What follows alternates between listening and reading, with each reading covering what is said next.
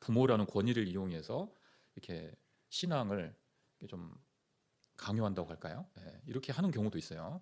전에 이제 어느 교회에 있었던 일인데요. 애들이 이제 어렸을 때부터 교회를 이렇게 나와서 말씀을 배우고 하면 보통 저희 교회 보면은 한 3학년, 4학년 정도 되면 이제 복음도 들려주고 구원 받을 수 있도록 이렇게 교회에서 이렇게 말씀을 이렇게 들려주게 되는데, 특히 이제 수양회 같은 데 가면은요, 애들이 그 나이 때쯤 되면은 막 이제 구원 받았다고 하는 아이들이 이제 나옵니다. 손을 들고. 예. 그러니까 이제 그 모습을 애들은 그거 별로 신경 안 쓰는데 엄마들이 있잖아요. 예. 엄마들이 그걸 보고, 아니 지금 저기 김자매 애는 이번에 가서 구원을 받고 왔는데, 야 너 이번에 가서 너도 꼭 구원 받고 와야 돼. 예? 이번에 안 됐으면 다음 수양 너 꼭 이번에 가서, 지난번에 못 받았니 꼭 받고 와야 돼. 이렇게 하면은요, 애들이 그거에 부담을 갖게 되는 겁니다. 예. 그리고 어떤 일까지 벌어지냐면, 가서 말씀 듣고 구원 받았다고 해버려요. 그리고 그 복음에 대해서 달달달 외우면 애들이 머리가 좋잖아요. 4학년만 돼도요, 머리가 얼마나, 애들이요 복음을 이해를 못하는 게 아닙니다. 이해하는데 중요한 건 그 마음이 이루어져야 되잖아요. 그런데 엄마가 계속 이렇게 물어보면 구원 받았다고 해버려요. 그리고 모든 질문도 다 정확하게 대답합니다. 영원한 속죄까지. 왜 그런 줄 아세요? 그걸 엄마가 좋아하니까 그러는 거예요. 예. 나를 사랑하는 엄마가 내가 그렇게 구원받기를 원하니까요, 그 엄마를 위해서 그렇게 해버리는 거예요. 예. 예. 어떤 상황인지 아시겠죠? 예. 근데 그렇게 되면 어떻게 됩니까? 나중에 이제 중학교 가고 고등학교 가고 그러면요,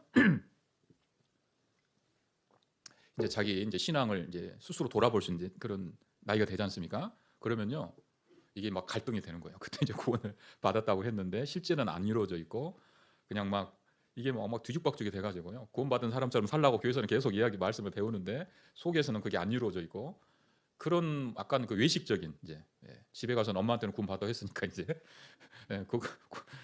이렇게 막 뒤죽박죽이 돼버리는 그런 시간들을, 혼란스러운 시간들을 애들이 보내게 되는 겁니다. 그게 뭐냐면 권위에 의해서 강요를 하니까 그런 거거든요. 예.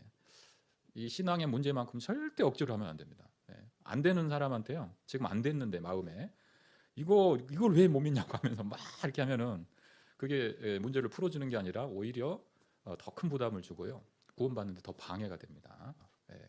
기도를 해주고 계속 말씀을 들을 수 있도록 해주고, 그리고 계속 그렇게 자기 구원을 위해서 노력하는 모습을 격려해줘야 됩니다. 계속 격려해주고 도와줘야죠. 예. 내가 그 사람을 구원할 수는 없잖아요. 예. 아무 우리 마음은 진짜 굴뚝 같지만은 그건 사람의 힘으로 될 수 있는 문제가 아닌 겁니다. 그래서 계속 기도해주고 강압적으로 하지 않도록 그렇게 해야 되는 겁니다. 가족들 전도할 때도 특히 이제 가족들한테는 우리가 좀 말을 그냥 강하게 하는 경우들이 있죠. 남한테는 좀 예의를 갖추고 배려를 하는데 가족한테는 막 심하게 하는 경우가 있어요. 예. 응? 너 다 네 좋으라고 하는 말이자면서요, 막 그 구원 말씀을 안 듣고 이런 사람에 대해서 함부로 말할 수가 있다는 거죠. 그러니까 구원 안 받은 사람한테 온유하게 안 하는 사람이 어디 있냐 생각하지만요, 그런 예들이 사실 많이 있습니다. 부드럽게 이렇게 해야 되고, 사람의 마음을 여는 것은 따뜻한 사랑이지 절대 강압적인 그런 모습이 아닌 겁니다.